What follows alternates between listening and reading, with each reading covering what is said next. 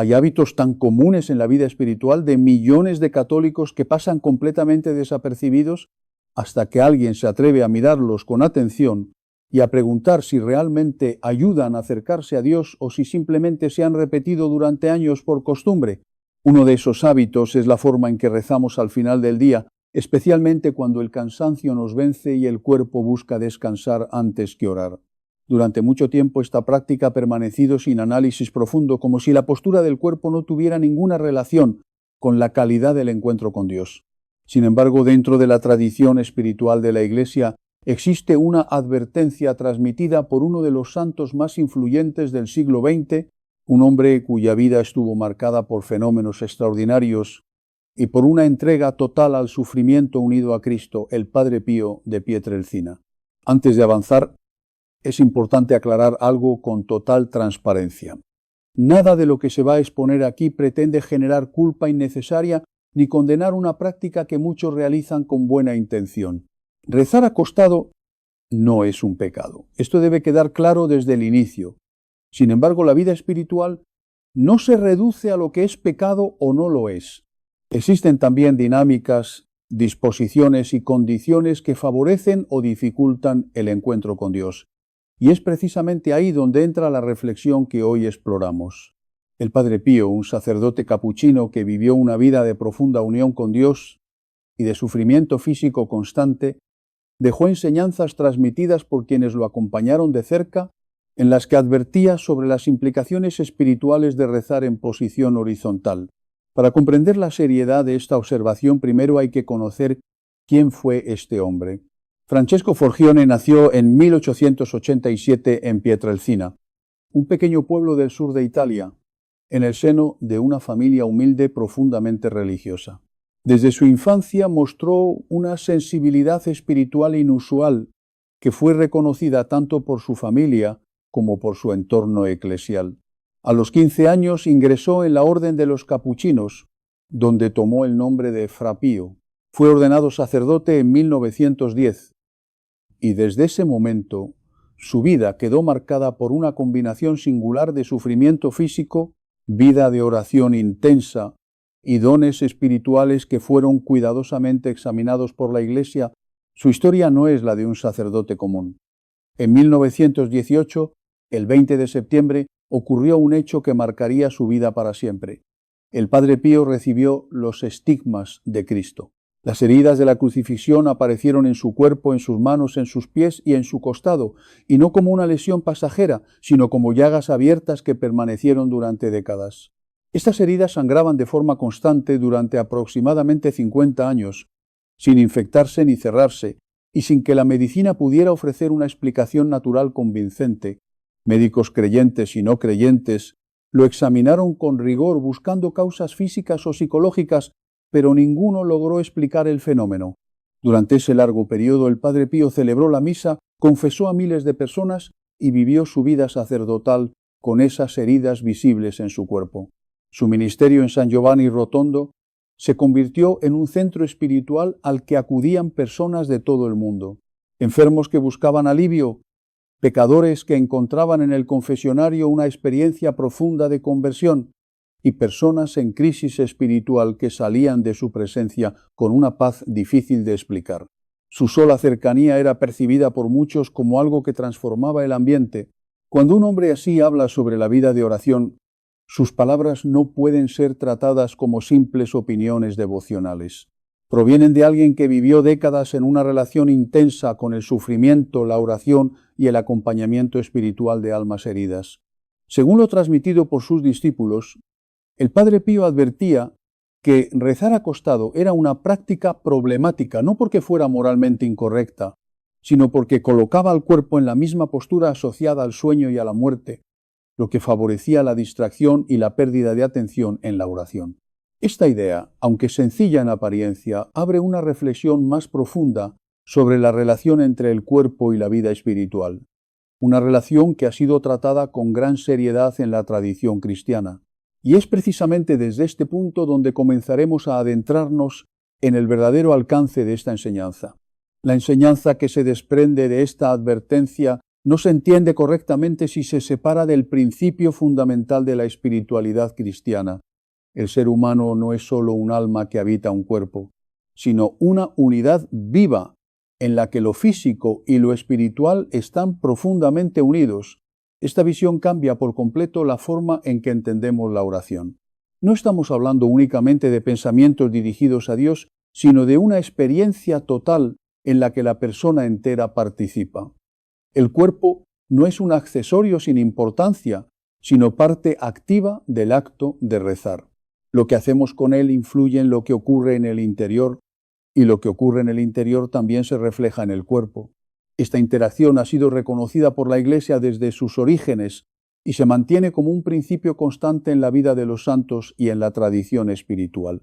La encarnación de Cristo es la base más profunda de esta verdad. Dios no eligió comunicarse con la humanidad únicamente a través de ideas o inspiraciones invisibles, sino que asumió un cuerpo humano real. Nació, creció, caminó, sufrió y murió en carne humana. Incluso después de la resurrección, Cristo no dejó atrás su cuerpo, sino que lo glorificó. Este hecho es decisivo, porque demuestra que el cuerpo no es despreciado en el plan de salvación, sino que forma parte de él. Si Dios mismo eligió vivir una vida corporal para redimir al mundo, entonces el cuerpo humano no puede ser considerado irrelevante en la vida espiritual del creyente. Por eso, la forma en que nos situamos físicamente ante Dios no es un detalle sin importancia, sino una expresión concreta de cómo nos relacionamos con Él. En la tradición cristiana, las posturas de oración no surgieron de manera arbitraria. Cada una de ellas refleja una disposición interior específica. Estar de pie en la oración expresa vigilancia, dignidad y apertura, recordando la postura de los primeros cristianos que oraban como signo de la resurrección de Cristo. Ponerse de rodillas comunica humildad, reconocimiento de la grandeza de Dios y disposición de adoración. La postración completa, con el cuerpo en el suelo, expresa entrega total y abandono absoluto en la voluntad divina, una forma de oración utilizada en momentos de gran solemnidad litúrgica. Incluso la postura sentada, cuando se mantiene con atención y recogimiento, favorece la meditación profunda y la escucha interior. Cada una de estas posiciones tiene una lógica espiritual que ha sido desarrollada a lo largo de siglos de experiencia en la vida de oración. Dentro de este marco, la postura acostada adquiere un significado distinto. No es una postura diseñada para la atención activa, sino para el descanso. El cuerpo, al adoptar esa posición, entra naturalmente en un estado de relajación profunda que está asociado al sueño. Esto no es una cuestión de opinión, sino una realidad fisiológica. El organismo humano ha sido condicionado durante toda la vida para interpretar la posición horizontal como señal de reposo. Por eso, cuando alguien intenta rezar en esa postura, se produce una tensión entre la intención de orar y la tendencia natural del cuerpo a desconectarse y descansar. Esa tensión no siempre se resuelve a favor de la atención y con frecuencia deriva en distracción o en sueño. Los grandes maestros espirituales han sido conscientes de esta realidad. Santa Teresa de Ávila, por ejemplo, insistía en que el cuerpo y el alma no funcionan de manera independiente en la oración, sino que se influyen mutuamente de forma constante. La disposición exterior puede favorecer o dificultar la interior. Un cuerpo recogido ayuda a un alma recogida, mientras que un cuerpo abandonado a la comodidad puede inducir una mente dispersa. San Ignacio de Loyola, en sus ejercicios espirituales, también prestó especial atención a las condiciones externas de la oración, recomendando que cada persona buscara la postura que mejor ayudara a mantener la atención y el recogimiento. En ninguno de estos enfoques se considera la postura como algo irrelevante. Desde esta perspectiva, la advertencia transmitida sobre el Padre Pío se entiende no como una prohibición estricta, sino como una observación espiritual basada en la experiencia. Rezar acostado, aunque posible, puede no favorecer el estado de vigilancia interior que la oración requiere. Puede facilitar la pérdida de atención y reducir la conciencia del momento de encuentro con Dios. La vida espiritual, según esta visión, no se construye solo con intenciones, sino también con condiciones concretas que ayudan a sostener esas intenciones en el tiempo. Y entre esas condiciones La postura del cuerpo tiene un papel más importante del que muchas veces se reconoce. A partir de aquí, la enseñanza se vuelve todavía más práctica, porque no se trata solo de teoría espiritual, sino de cómo esas ideas se aplican en la vida real de quien intenta rezar cada día. La experiencia de los grandes maestros de la espiritualidad cristiana muestra algo constante. La oración no ocurre en el vacío, ocurre dentro de un cuerpo concreto, en un momento concreto, con limitaciones reales. Por eso, las condiciones externas nunca son neutrales. Pueden ayudar a elevar la atención o pueden empujarla hacia la distracción sin que la persona lo note inmediatamente. En ese sentido, la postura acostada introduce un factor que muchos subestiman. No es solo una cuestión de comodidad, sino de asociación profunda en la memoria del cuerpo. Durante años de vida, el ser humano aprende que acostarse significa descansar, desconectar, dejar de estar en alerta. Esa asociación no desaparece simplemente porque la intención sea diferente. Por eso, cuando alguien intenta rezar en esa posición, el cuerpo puede enviar señales contradictorias. La mente intenta mantenerse despierta en diálogo con Dios, pero el organismo interpreta el contexto como una invitación al sueño. Esa tensión interna, repetida muchas veces, termina afectando la calidad de la atención. Este punto ha sido observado también en la experiencia pastoral. Muchas personas que sinceramente desean tener una vida de oración más constante se encuentran con el mismo problema. Comienzan a rezar y sin darse cuenta pierden la concentración o se duermen. No siempre se trata de falta de voluntad o de falta de fe. En muchos casos es simplemente una cuestión de condiciones mal adaptadas. Cuando el entorno y la postura no favorecen la vigilancia, el esfuerzo interior se vuelve mucho más difícil de sostener. Frente a esto, la tradición espiritual propone alternativas que no buscan complicar la oración, sino hacerla más estable y consciente. Mantener el cuerpo en una postura de atención, como estar sentado con la espalda recta o de rodillas, no es un acto de rigidez, sino una forma de apoyar la intención interior. El cuerpo, en este sentido, se convierte en un aliado de la oración, no en un obstáculo. Ayuda a mantener la mente despierta y a sostener la conciencia del momento presente, que es donde realmente ocurre el encuentro con Dios. Al mismo tiempo, es importante entender que no todas las situaciones son iguales. La vida espiritual siempre debe tener en cuenta la realidad concreta de cada persona. Hay momentos en los que la postura acostada no es una elección de comodidad, sino una necesidad. Personas enfermas, con dolor físico, con movilidad reducida o en situaciones de debilidad no tienen la misma libertad de postura.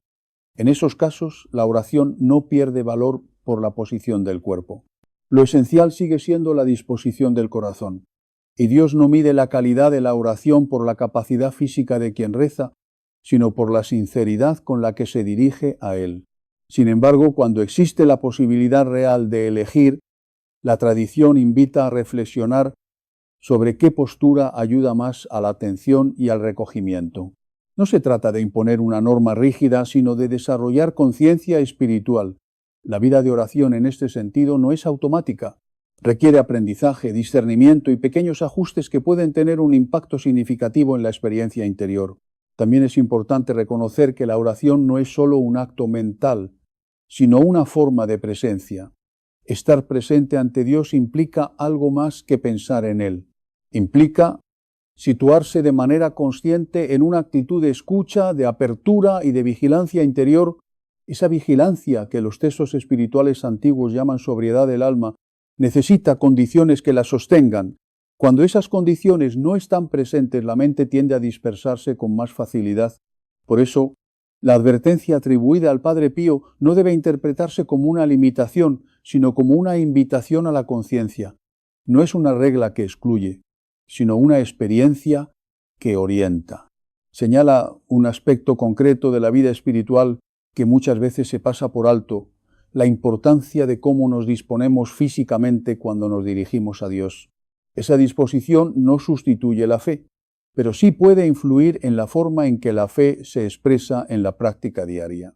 En última instancia, la pregunta que surge no es solo qué está permitido o qué no lo está, sino qué ayuda realmente a que la oración sea más viva, más consciente y más fiel al propósito de encontrarse con Dios en plenitud. El punto final de esta reflexión no es imponer una carga adicional sobre la vida espiritual, sino devolverle a la oración su carácter consciente, vivo y realmente presente. Muchas veces, con el paso del tiempo, los hábitos reemplazan la atención, y lo que comenzó como un encuentro profundo con Dios puede convertirse en una rutina mecánica. En ese proceso, pequeños detalles que parecen insignificantes, como la postura del cuerpo, terminan teniendo un impacto mayor del que se reconoce a simple vista. La tradición espiritual cristiana insiste en algo que atraviesa todos los siglos. La oración no es solo una actividad interior, sino un acto que involucra a la persona completa. El cuerpo, la mente y el corazón participan juntos en ese momento de encuentro. Por eso, la forma en que nos presentamos ante Dios no es indiferente. No cambia la esencia de la oración, pero sí puede cambiar su profundidad, su atención y su capacidad de sostenerse en el tiempo. Cuando se observa la vida de los santos, se encuentra un patrón constante. No hay desprecio por el cuerpo, pero sí una conciencia clara de que el cuerpo puede ayudar o dificultar la vida espiritual. Los santos no vivían su fe de manera abstracta. Buscaban formas concretas de mantenerse atentos, despiertos y disponibles para Dios. En ese contexto, las posturas de oración eran una herramienta más para mantener el alma orientada hacia lo esencial. La advertencia transmitida sobre el Padre Pío debe entenderse en esa misma línea, no como una prohibición absoluta, ni como una regla rígida, sino como una observación nacida de la experiencia espiritual profunda.